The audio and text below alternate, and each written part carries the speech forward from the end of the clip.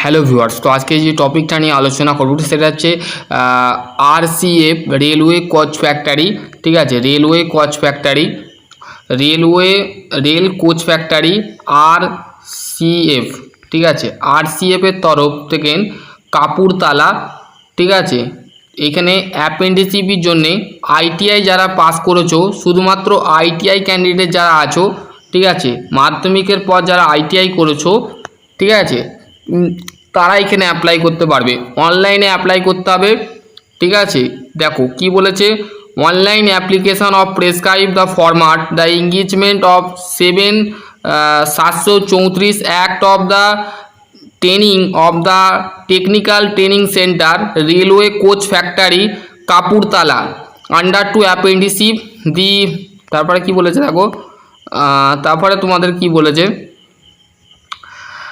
WW Indian railway government in railway coach factory Kapurthala 5/9/2026 থেকে শুরু হচ্ছে। ঠিক আছে, লিঙ্কটা এখান থেকে will be of the active inactive থাকবে।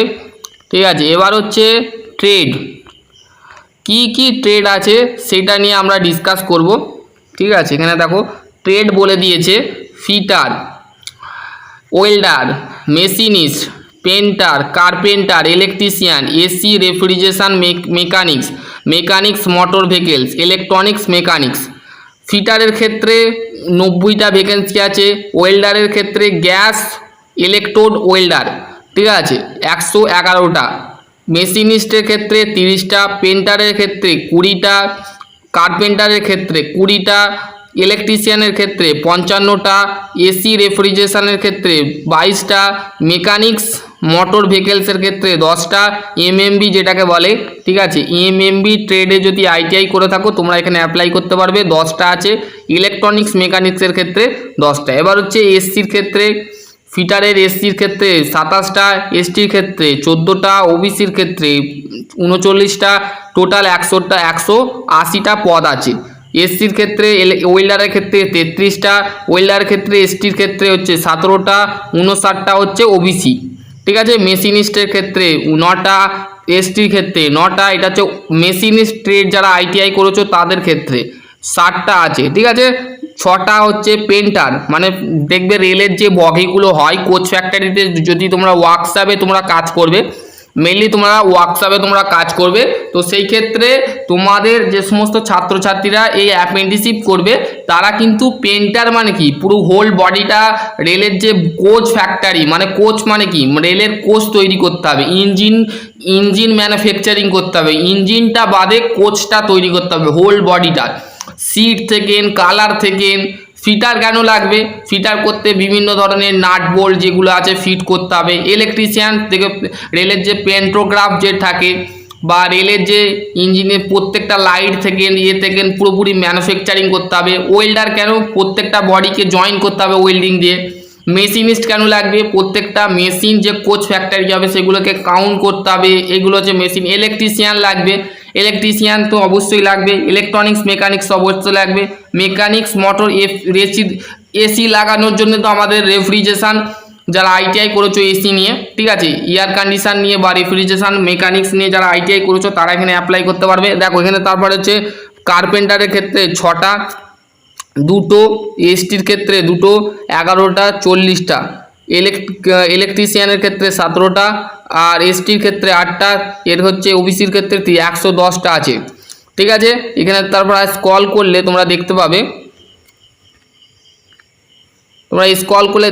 এবার হচ্ছে কার্পেন্টার গেল, ইলেকট্রিশিয়ানের ক্ষেত্রে 55টা আছে, এসসির ক্ষেত্রে 8টা। ঠিক আছে, এখানে দেখো প্রত্যেকটা বলা আছে, টোটাল ভ্যাকেন্সি হচ্ছে 368টা ভ্যাকেন্সি আছে। ঠিক আছে, টোটাল ভ্যাকেন্সি হচ্ছে এটা টোটাল করলে এই যে টোটালটা আছে সেটা হচ্ছে 734টা, আর এইটা টোটাল করলে 388টা। ঠিক আছে, 68টা, 88 নয়। এবার হচ্ছে মুড অফ সিলেকশান, কীভাবে তোমাদের সিলেকশান করা হবে সেটা জেনে নাও। সিলেকশান কীভাবে হবে সেটা তোমরা জেনে নাও। সিলেকশন, এক minute,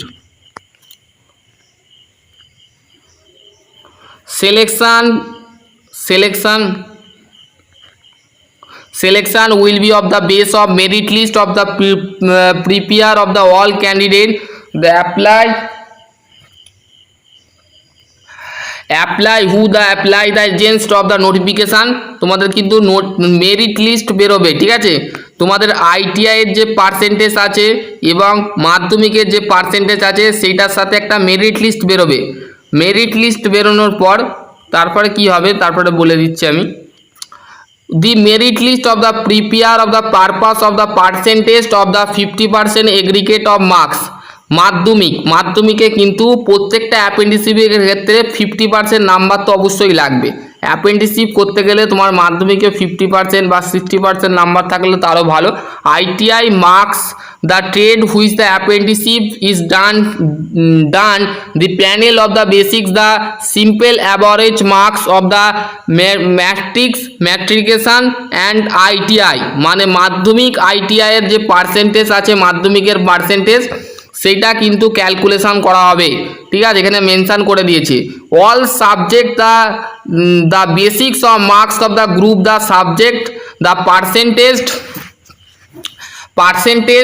of the ITI marks of the certificate will be of the recon, ঠিক আছে। তোমাদের কিন্তু মাধ্যমিকের পার্সেন্টেজ লাগবে, ঠিক আছে। পার্সেন্টেজ এবং আইটিআই এর যে পার্সেন্টেজ আছে সেটা কিন্তু অবশ্যই লাগবে, এখানে বলে দিয়েছে।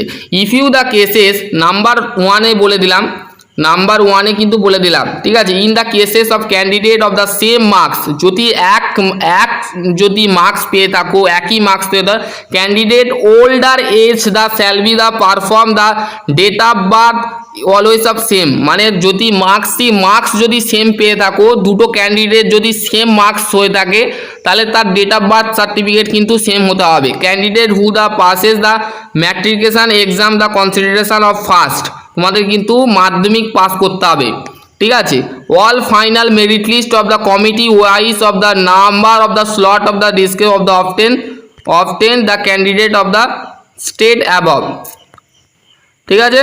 তারপরে কি বলেছে, candidate of the is of the original, এখানে তোমার অতটা এনে during the submission online application registration number issue the candidate the preview of the registration number of the recruitment process eligibility condition. দেখো তোমাদের বয়স সীমাটা অবশ্যই লাগবে। বয়স সীমা তোমাদের 15 থেকে 24 বছর হতে হবে। 15 থেকে 24 বছর হলে কিন্তু তোমরা এখানে অ্যাপ্লাই করতে পারবে। দেখো আপার এজ লিমিট 5 বছরের ছাড় হবে, এসসি এসটি ওবিসির ক্ষেত্রে 3 বছরের ছাড়, ঠিক আছে। এবং যারা for the person of disability, যারা হ্যান্ডিক্যাপ স্টুডেন্ট আছো তারা 10 বছরের ছাড় পাবে, ঠিক আছে। এখানে তোমাদের কিন্তু মেনশান করে দিয়েছে, বোঝা গেল। এবার আমি তোমাদের বলে দিচ্ছি physical handicap person the ex serviceman 3%, 4% যেগুলো ব্যাপার আছে সেগুলো একটু দেখে নেবে। দেখো এখানে তোমাদের কি বলেছে দেখো, the candidate have must be the exam 10+2 exam system with the 50%।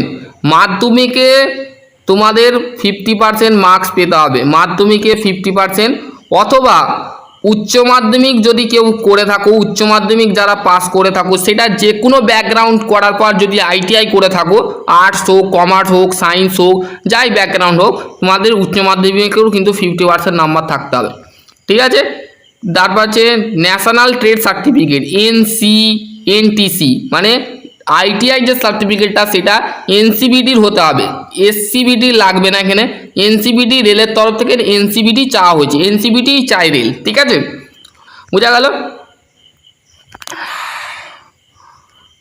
তারপর এখানে দেখো suppose the candidate got to GP, এখানে তোমাদের পেমেন্ট তোমাদের 100 টাকা করতে হবে অনলাইন মোডে, সেটা ডেবিট কার্ড, ক্যাশ করতে পারো, চেকে করতে পারো, মানি অর্ডারের মাধ্যমে করতে পারো, ডেবিট কার্ড, ক্রেডিট কার্ড যদি থাকে তো সেই মাধ্যমে করতে পারো, ঠিক আছে, বোঝা গেল।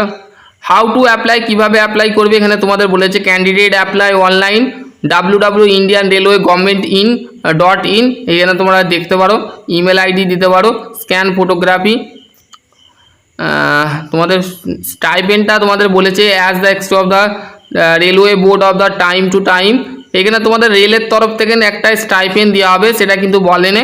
তোমাদের যখন ট্রেনিং করা হবে, ট্রেনিং কিন্তু অবশ্যই 4 দিন না 6 দিন করানো হয়, সেই ট্রেনিংয়ে তোমাদের অবশ্যই বলে দেওয়া হবে। এই যে ফর্মটা আছে medical fitness certificate, physical fitness apprenticeship, railway coach factory Kapurthala, Kapurthala. Name of the candidate, নাম, তোমার নাম, ফাদার নেম, এটা হচ্ছে মেডিকেল ফিটনেস সার্টিফিকেটটা লাগবে, ঠিক আছে। মেডিকেল ফিটনেস সার্টিফিকেটটা দেওয়ার কারণ কি, তোমার শরীরে কোনো কিছু রোগ আছে কি না দেখবে, সেটা কিন্তু একটা আই থেকে, মাথা থেকে, বুক থেকে, চোখ থেকে, লিভার, কিডনি সমস্ত কিছু এই সার্টিফিকেটের মধ্যে লেখা থাকবে, ঠিক আছে। এইটা কিন্তু রেল দেখবে, তাহলে তোমাকে কিন্তু রেল তোমাকে অ্যাপেন্ডিসিপের জন্য তোমাকে নেবে, ঠিক আছে।